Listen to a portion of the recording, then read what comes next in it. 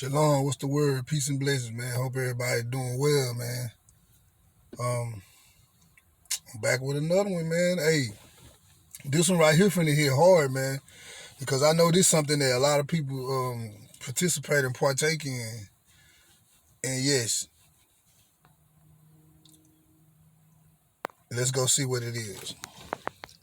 Okay, we gonna pick this up in So the name of this lesson gonna be the pagan origins of Christmas, man. All right, let's look at some stuff, man. Put your, I ask that people put your feelings to the side. We should be worshiping the Father in spirit and truth. I'm just doing the work. I'm just doing my part, giving out my talents, and doing my part, man. Warning the people. All right, look, we're gonna pick this up in the book of Jeremiah, which is the book of Jeremiah. All right, we're gonna pick this up at Jeremiah 10:2. Let's see what it say. Now we're gonna read 1 through 6. 1 through 5. And this is in a cipher Bible, okay? So I read from different versions of the Bible, but I really like this one because this Bible gives you the name. It's in English, but when it comes to the Hebraic name in terms of things, it gives you the actual name of it, okay? Here we go. Verse 1, Hear ye the word which Yahuwah speak unto you, O house of Yisra'EL. When you click on Yisra'EL, it's just Israel, okay? Yasharallah. Thus says Yahuwah, learn not the way of the heathen. Okay? So heathen is just another name for nations. And be not dismayed at the signs of heaven, for the heathen are dismayed at the signs of heaven. To be dismayed means to be terrified or scared of it. So the heathen is scared of the signs of heaven because they don't understand them, and the heathen are scared of the signs of heaven. That's why they worship them. Look what verse 3 say. For the custom of the people are vain. For one cut a tree out of the forest, the work of the hands of the workmen with an axe. What that sound like to you? Verse 4. They deck it with silver and gold, and fasten it with nails and with hammers that it move not. What does that sound like to you? They are upright as a palm tree, but speak not. They must need be born, talking about the tree, because they cannot go. Be not afraid of them, for they cannot do evil, neither also is it in them to do good. So what God is saying here, he's saying don't pay respect to a tree. Because why? It can't do no good or it can't do no evil. It move not, it walk not, it speak not. All right? So I hear somebody saying, oh, it's just a Christmas tree. There's nothing wrong with a Christmas tree. Okay, I beg to differ. Because the origins of Christmas is pagan worship. Look what God said in verse 8.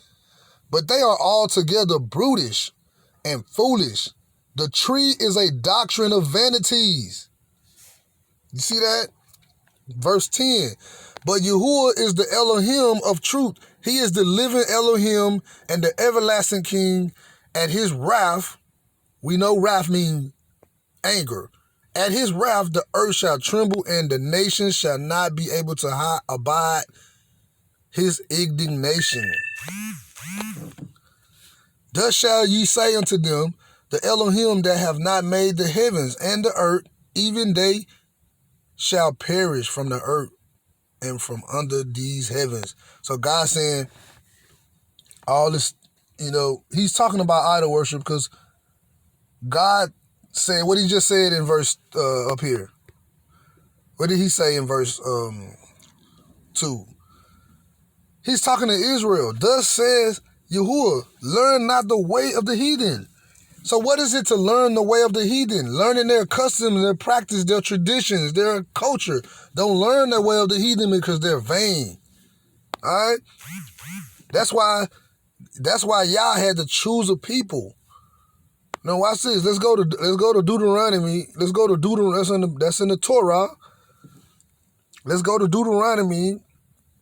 Devarim, Deuteronomy. See, and if you see, Torah just means instructions. These are the first 5 books of the Bible that was written by God and given to Moses. We know. Well, Moses wrote the first 5 books of the Bible, but we know that it was given. The 10 Commandments was written with the finger of God. Now let's go look at something. Deuteronomy 7:6.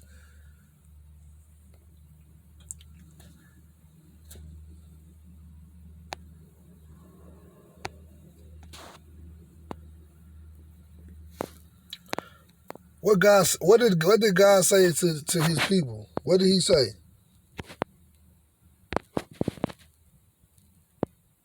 For you are a holy people unto Yahuwah Elohaka. Yahuwah Elohaka has chosen you to be a special people unto himself above all people that are upon the face of the earth. Okay? Yahuwah Elohaka is a singular tense. It's just Yahuwah, your Elohim. Okay? So that just means Yahuwah, which is his name, and Elohim is just God. All right? Now, so why did God choose a people? Let's see. Verse 2.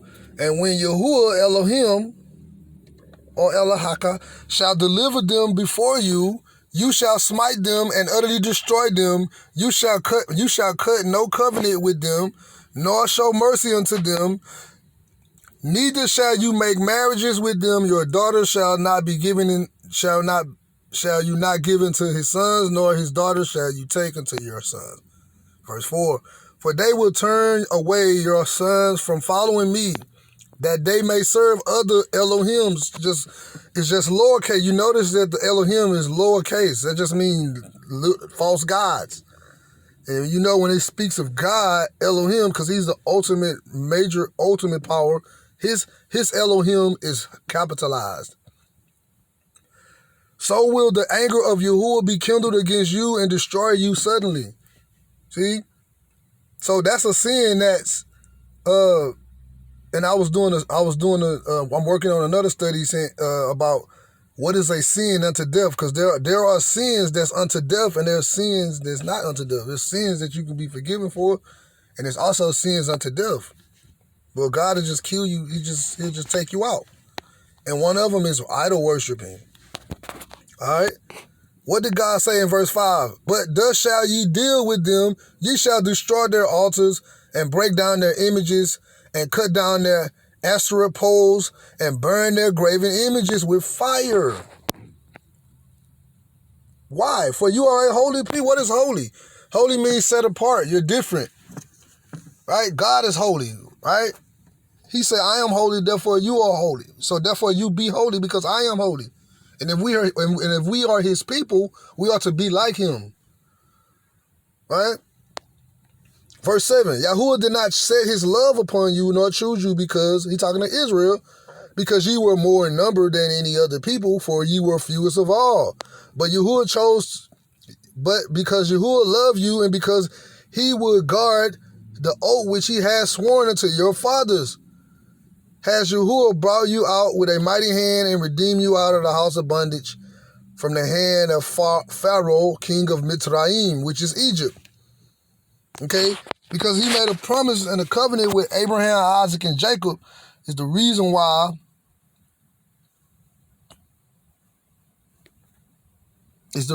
God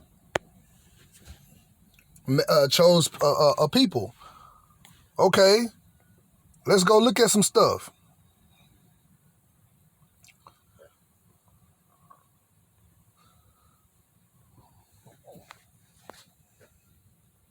History of Christmas trees.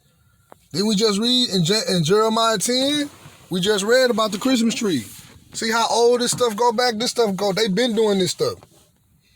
It says the history of the Christmas tree goes back to symbolic use of the evergreen in ancient Egypt and Rome and continues with the German tradition of candlelit Christmas trees first brought to America in the 1800s. Discovered the history of the first Christmas tree from the earliest winter solstice celebration to Queen Victoria decorating habits and the annual lighting of Rockefeller Center tree in New York City. How did Christmas start?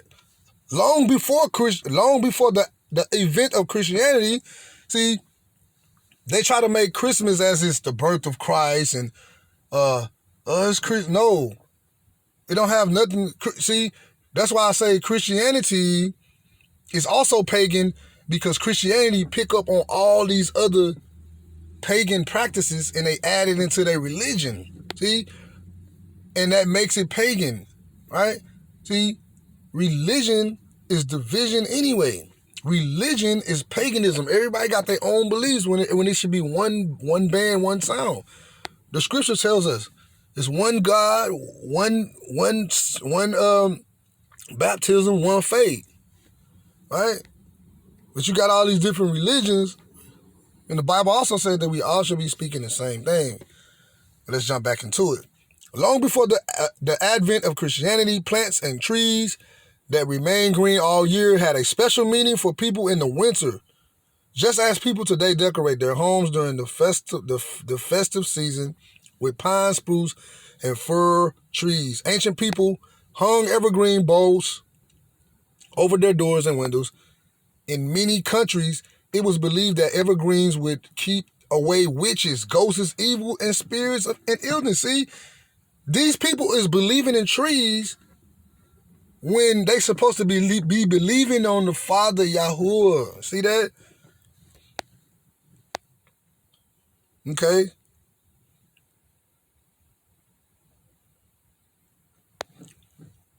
Okay. Look at what it say here. The ancient Egyptians worshipped a god called Ra, who had the head of a hawk and wore the sun as a blazing disc in his crown. At the solstice, when Ra began to recover from his illness, the Egyptians filled their homes with green palm rushes, which symbolized for them the triumph of life over death.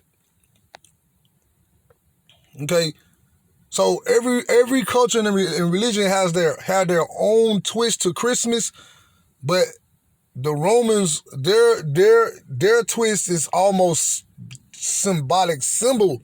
Theirs is really similar to Christmas. Look at this. Early Romans marked the solstice with a feast called Saturnalia in honor of Saturn. See, they worshiping their own gods. So Christmas is no different. Okay, it's the worship of other gods. Look at this. Saturn, the god of agriculture, the Romans knew that the solstice meant that soon farm and orchards would be green and fruitful. To mark the occasion, they decorated their homes and temples with evergreen boughs. You see that? So the evergreen tree is the Christmas tree, for those who didn't know. In Northern Europe, the mysterious Druids, the priests of the ancient Celts, also decorated their temples with evergreen boughs as a symbol of everlasting life. All right? The fierce Vikings in the Scandinavia thought that the evergreen were the special plant of the sun god, Balder. See? Come on, man. Christmas trees from Germany. Who brought Christmas trees to America? The Germans did. Okay? Look at this. Germany is credited with starting the Christmas tree tradition, as we now know, in the 16th century, when devoted Christians, come on, man, brought decorated trees into their homes. So apparently these Christians are not reading their Bibles, because Jeremiah 10:2 just said to not learn the way of the heathen, they are the heathen. See, when the Hebrews, the true Yahudims, were kicked out of Rome, and they left. Once the children of Israel were scattered, and then all these religions started coming about, right, and all these doctrines started to pick up. All these doctrines are starting to get picked up. When Jeremiah 10 tells you, man, let's go back to Jeremiah 10, man. Let's go back to Jeremiah 10. Let's go back to Jeremiah 10, man. Cause we're gonna put it in their face today. We're gonna put it in their face. Come on, man. We ought to worship God in spirit and truth. I mean, for those that don't like it, it is what it is. You've been warned, right? Where's the prophets? The prophets. Right here, Jeremiah. Yahoo 10. See? What he said, verse 3. He said, for the custom of the people are vain. For one cut a tree out of the forest. These people was cutting trees out of the forest we just read in the article. These people cut trees out the forest and putting it in their house. They worshiping these trees in vain. For one cut a tree out of the forest, the work of the hands of the workmen with an axe, man. Come on. What else they do? They deck it with silver and with gold. They fasten it with nails and with hammers that it move not. That's a Christmas tree. Come on. Let's jump back into it now. We're gonna get some understanding today, man.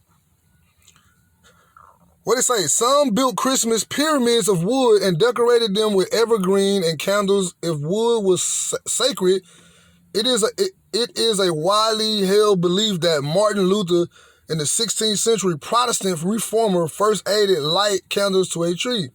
Walking towards his home one winter evening, composing as sermon, he was awed by the brightness of stars twinkling amidst evergreens. To recapture the scene for his family, he erected a tree in the Come on, man. Let's get some more, man. I'm trying to not make the video as long. Look what this stuff say right here. These people know the truth. Look at this.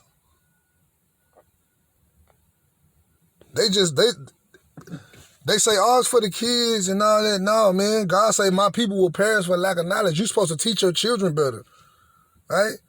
When you know better, you do better. Mary Saturnalia. Come on, man. Christmas trees and through that. See, this Saturnalia is the name of the Roman holiday. Okay, that's the Roman holiday, Saturnalia, but it's the same as Christmas. All right, let's look at something else.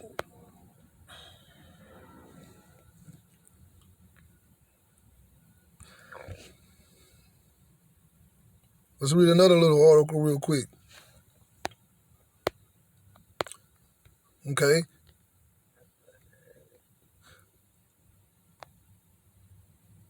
Saturnalia is the Roman agricultural festival that strongly influenced early Christian celebrations. We now call Christmas. Traditionally celebrated between December 17th and December the 23rd. So what the Romans did, they celebrated it for a whole week.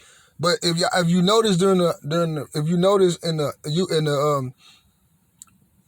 kids, the children, and people get breaks. People get breaks from their job for weeks at a time. You know what I'm saying? It's like Christmas break. It's like they 2 weeks long, right? It's like at my job, we get almost a week off. Look at this stuff, man. The holiday was celebrated with a sacrifice at the temple of Saturn in the Roman Forum. See? They started this celebration off with sacrifice of the temple to their god. The Romans' sun god was named Saturn. And public banquet followed by what? Private gift giving, continual partying, and carnival atmosphere that overturned Roman social norms. Gambling was permitted and masters provide table service for their slaves. The poet Catullus called it the best days. See that?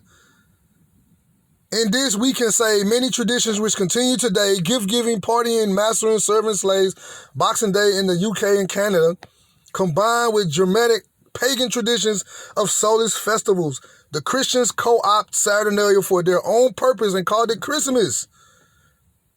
Come on, man. It's all right here, man. Everything is here, man. All right? Let's look at one more thing, man. Santa Claus. Yes. Odin and Santa, the Norse god, deliver gifts with an 8-legged flying horse. All right? So your Santa Claus is what you get. Odin. Odin was a Nordic, Germanic god, false god, right? And this is the origin of Santa, man. Santa Claus that we know today is a fusion of myths, legends, and folklore. Folklore is folk tales from several different cultures. See, it's just all a confused ball of mess. Because all they do really is borrow.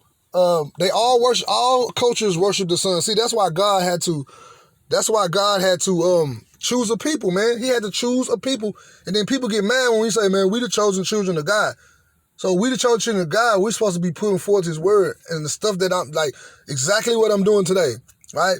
We exposing false doctrines. We exposing false religions, right? That's our job, is to bring forth the word of Yahuwah, no matter who feelings get hurt, right? It's the truth, right? People say they love God, but in works they deny him, right? Look, the Santa Claus that we know today is a fusion of myths, legends, and folklore from several different cultures, from the Turkish bishop St. Nicholas and the German folktale of Sinterklaas. You see that? There go your Santa Claus right there. You know all of those guys, but you might be surprised to learn that Norse god Odin and Santa are also very similar. This is not no coincidence, man. Christmas drew from Scandinavian Jule celebration, which is really Yule, because, there wasn't no J, so there wasn't no J in nobody's language, so it was Yule celebrations. Just like it wasn't no J, so nobody could have been called Jesus, right? So, that's another story. Before Christianity, come on. And then nowhere you only can find Christian in the Bible 3 times, and that's because it was inserted there. Nobody was called a Christian. Scandinavian people celebrated a 12-day winter holiday called Yule, from which we get the modern word Yule. See, many Yule festivals, such as hanging wreaths made of evergreen boughs, singing carols. There you go. There go your singing carols. Decorating pine trees, burning a Yule log, and hanging springs of a mistletoe in doorways were adopted, by Christians to make Christmas more palatable to newly converted pagans. Why? If you're trying to convert a pagan, that's fine. I get that. You're trying to convert them into the truth. But if I don't even like to use the word religion, because religion is division. All right. So if you're trying to convert somebody into the truth, you're not gonna adopt their customs, right? You're gonna let them know, hey, this is what the word of God say. This is what it is. We're not adopting your customs. As a matter of fact, we're gonna tell you how abominable your customs are. But what did they do? Adopted by Christians to make Christmas more palatable to newly converted pagans. Early depictions of Santa resemble Odin. Odin incognito. Thanks to modern-day retellings of Viking tales, many people envision Odin as a lanky, craggy-faced, spear-carrying god of war who gave one of his eyes in exchange for wisdom and walked around with a raven perched on his shoulder.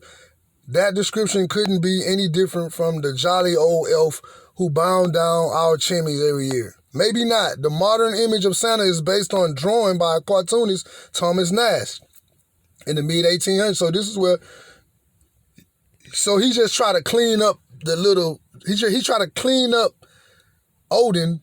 He tried to clean up how he looked, but it's still Odin. Thomas Nash in the mid-1800s, which were based on the description in Clarence Clemens Moore 1823 poem, A Visit from St. Nicholas, more commonly known as Twas the Night Before Christmas. Prior to this, Santa Claus was described as a tall, giant, old man with a long white beard wearing a fur coat and wide brim hat. See? So this man, Thomas Norris, kind of just changed the image of Santa to try to make him look more friendlier, which happens to match the description of ones of Odin, favorite disguise as a little g god. Notice it's little g, because there's only one God creator, Yahuwah. He's the God of gods. He's the creator. Odin naturally had the ability to change his appearance and He liked to mingle with humans undetected. This is crazy, yo. Look at this stuff, man. Both benevolent and a disciplinary action. Odin and Santa are both all-knowing. Look, all-knowing. God, the creator, is all-knowing. He know everything, right? So these people trying to take the place of Elohim, Yahuwah. Look at this. But they have help. Santa has his legion of elves who spy on children and take note on their behavior, while Odin has two companion ravens named Hungen and Munnin, who he sent out to survey the people and note those who are especially good or bad. Look at this crap. For the good people, Odin leaves small trinkets, bees, and good fortune, while those of Odin naughty list receive a heavy dose of bad luck, man. Come on, man. The Father Christmas connection. Santa Claus has many names, see? And so does Odin. One of them is Jofar, or Jew's father, meaning something very close to Father Christmas, which is how Santa is primarily known in many countries. In summation, Santa and Odin are both old men with long white beards and furry coats who fly through the night with eight-pronged crew of magical animal helpers, deliver gifts to the good and punish the wicked with the assistance of their all-seeing gift, producing friends, and they also have the exact name. It's probably a coincidence. No, it's not. No, it's not. Come on, man. Look at this. Look at this. There is no denying that the myths of Odin and Santa are exceedingly, inextricably linked. Inextricably linked, man. Come on, man. And watch this. Let's go to Torah. Let's go to the Torah, man. Let's go to the Torah. That's the instruction manual, man. Let's go there. Let's go to Torah and see what God said in Genesis. No, I'm sorry, in Exodus. Shemot. Exodus 20.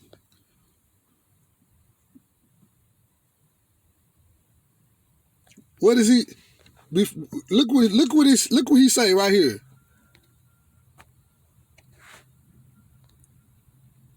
He say, the very first commandment out of the 10 Commandments is, you shall have no other Elohims, which means God. You shall have no other God before me, man. Come on. Come on, man. Yeah, let's look at something else, man. All right, God say, come out of her. Come out. You gotta come out of this. You gotta come out of tradition, right? Cause why? We transgress the laws of God. We transgress the laws of God by our tradition, right? It's not my tradition. I used to celebrate it, but I don't celebrate it no more. Why? Because when you know better, you do better, right? You worshiping of other gods is destruction, man. That's destruction, man. What did he say right here? Look. He said, my people are destroyed for lack of knowledge, because thou hast rejected knowledge. I will also reject thee. You don't want to get rejected by God, man. Trust me, you don't. Look what he say, that thou shalt be no priest unto me. I'm talking to Israel. What is a priest? Priest is people that teach the word. Seeing thou hast forgotten thy law, what we just read in Exodus 20, to not have no other gods before him, that's just one. I will also forget your children. He said he'll forget your children, man. And people wonder why stuff going wrong in their life, man. You have to submit yourself to God, man. I'm gonna read one more, man, and I'm gonna close, man. I just had to get that out of here, man. I believe it's in what is it, Revelations 20 or 18. Look what he say. For verse 3, for all the nations have drunk of the wine of the wrath of her fornication. What is fornication? When you're married, That means you're meddling with other people, right? You're sleeping outside of your marriage, right? We are supposed to be married to God, right? So when we worship and participate in heathen customs and stuff, we're fornicating against God. Look what he said.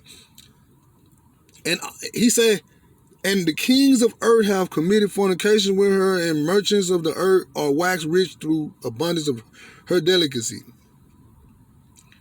Look what he say in verse 4. And I heard another voice from heaven saying, come out of her, my people.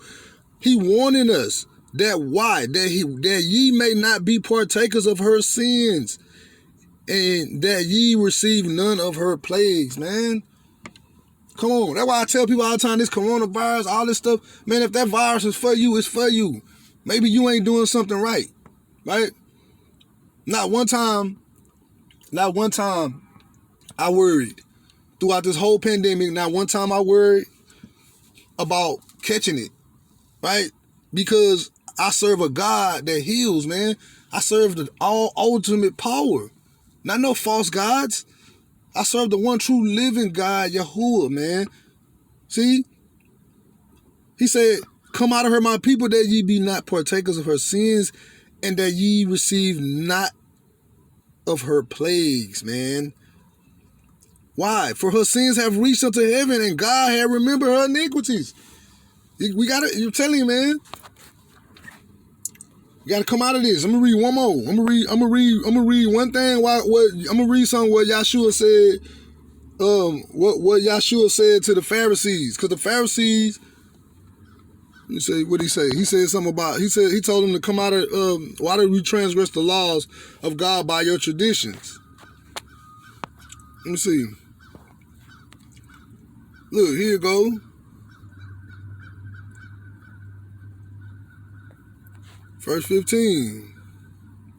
Look at verse 2. Look what he said. Then Yahshua, scribes and Pharisees which were of Jerusalem, saying, Why do thy disciples transgress the tradition of the elders? See, Christmas, Thanksgiving, all these Easter, these is traditions of elders. This is stuff that's been passed down. This is garbage that has been passed down to you, and people don't question nothing. He said what? For they wash not their hands when they eat bread. But look what Yahshua said to them. But he answered and said unto them, why do you also transgress the commandment of God by your tradition? All right? So, man, look, I hope somebody got some understanding about this, man. I'm closing. I hope somebody got blessed by this. Like, share, subscribe. Man, look, come out of here, my people. They should be partakers of her plagues. Man, you've been warned. Until my next video, man, I say shalom, peace, and blessings, and may Yahuwah be with you. And may this truth set you free.